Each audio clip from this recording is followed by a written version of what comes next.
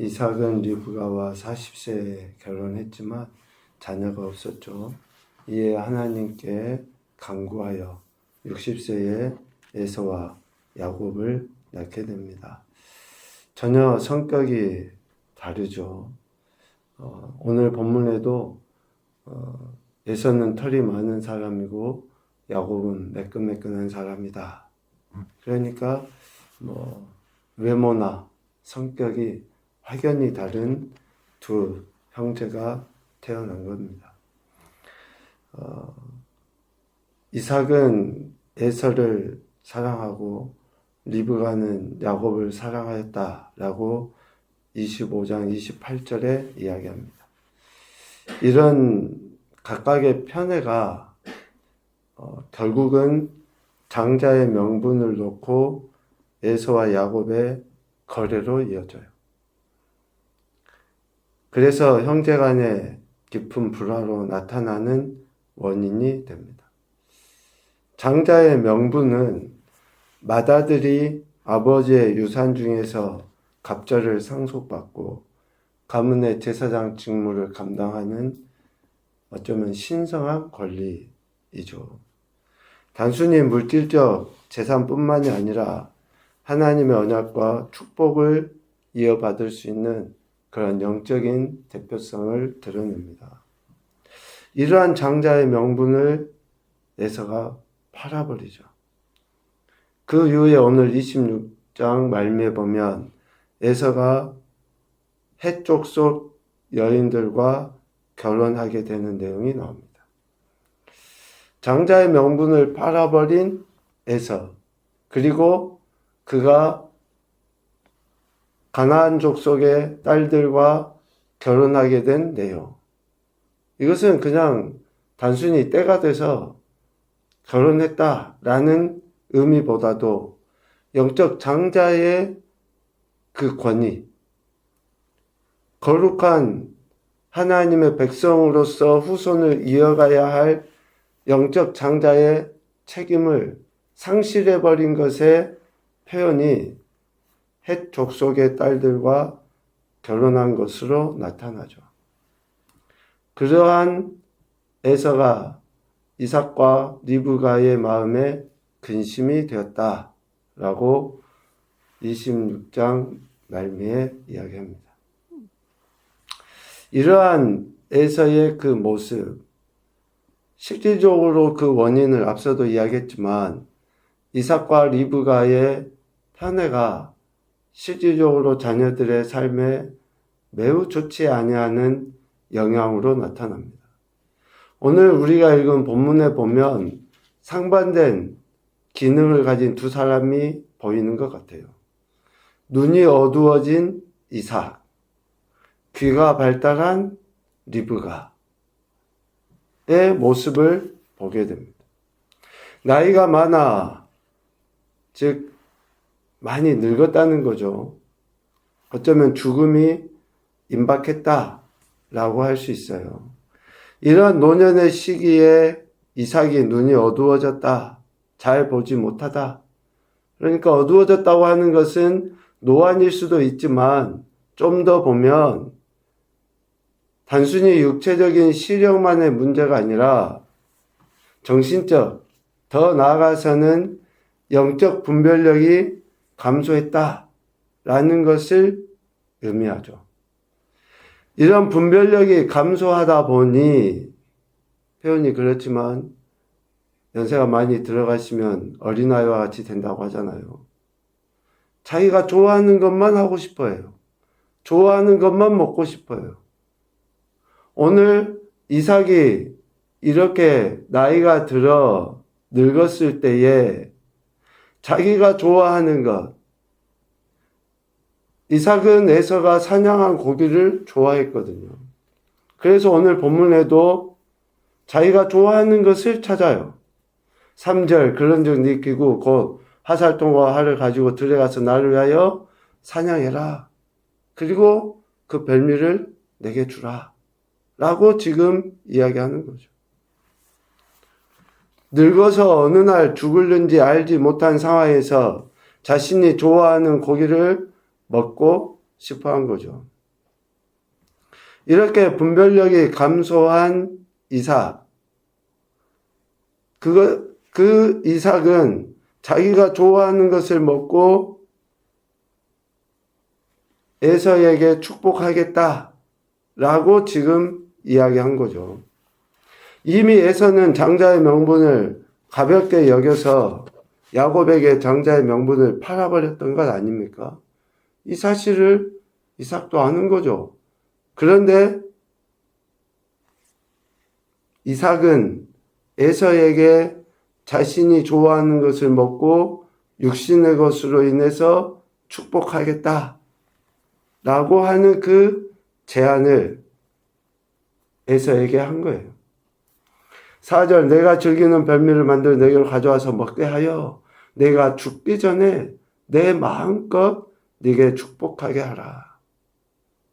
지금 여기에서 마음껏 축복한다고 할지라도 그 축복은 이미 장자의 명분이 야곱에게 넘어갔기 때문에 육신적인 것에 지나지 않는 거죠. 그러한 이야기를 지금 이삭은 에서에게 합니다. 장자권을 포기하고 이방인과 결혼한 에서, 장자권이 주어지지 못할 것을 알고 있음에도 불구하고 육신적인, 혈연적인 장자권에 연연한 그 이삭의 모습이나 또 그것을 받아들이라는 에서의 모습을 보게 되죠. 이삭과 리브가가 편애했다고 하는 것이 얼마나 그 가문의 큰 문제인가 라는 것을 계속 이어서 이야기하고 있습니다. 반대로 리브가는 귀가 발달한 것 같아요. 이삭이 그의 아들 에서에게 이야기한 이야기를 리브가가 듣죠. 그래서 에서가 사냥하러 나갔을 때에 그의 아들 야곱에게 아버지 이삭의 말을 전합니다. 문구를 봐보십시오. 5절에 보면 이삭이 그의 아들 에서에게 말할 때에, 6절에 보면 리브가가 그의 아들 야곱에게 말하여 이르되. 에서는 리브가의 아들이 아닙니까? 야곱은 이삭의 아들이 아니에요? 이런 표현을 의도적으로 쓰고 있다고 하는 것은 그만큼 어때요?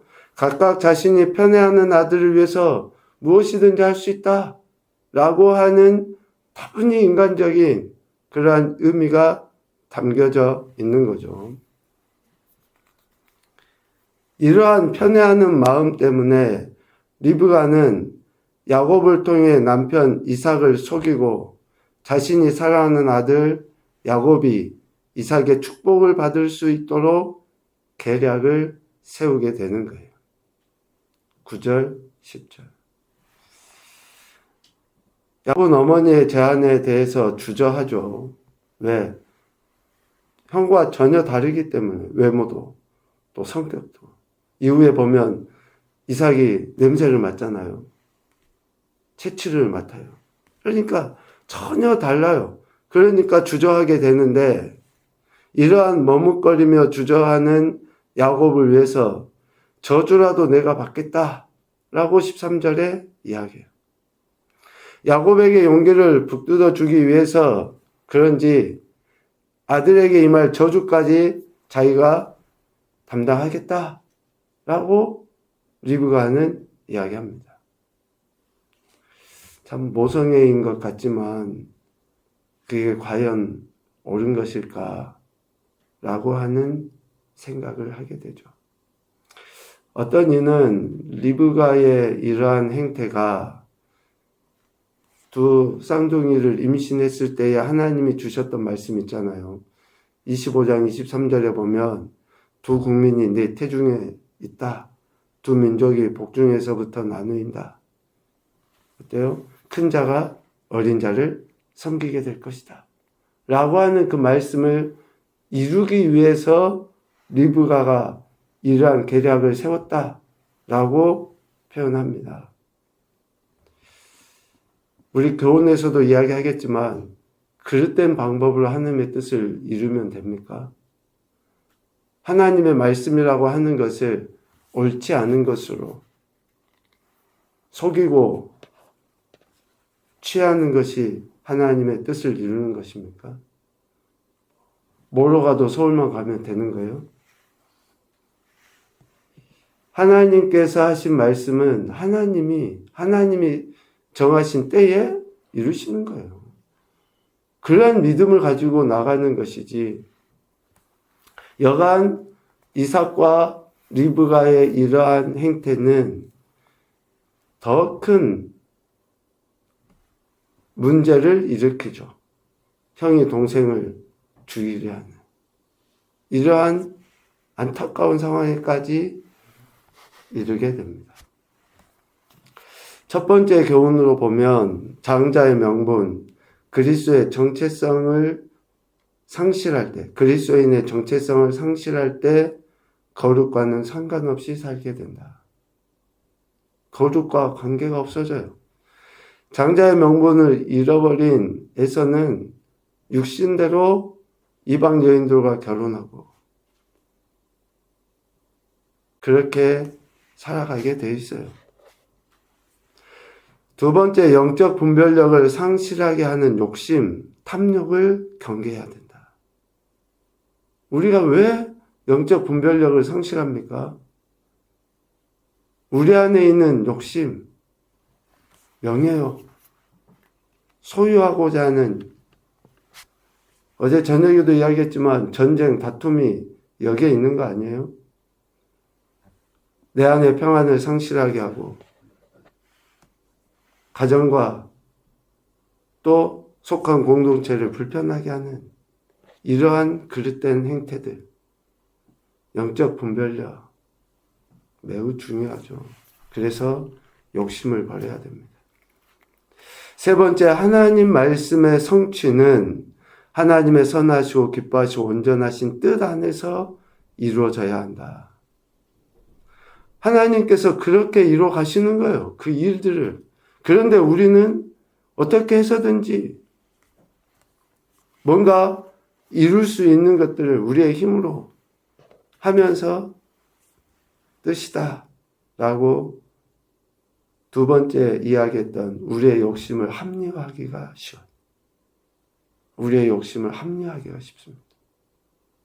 매우 경계해야 되는 것이죠.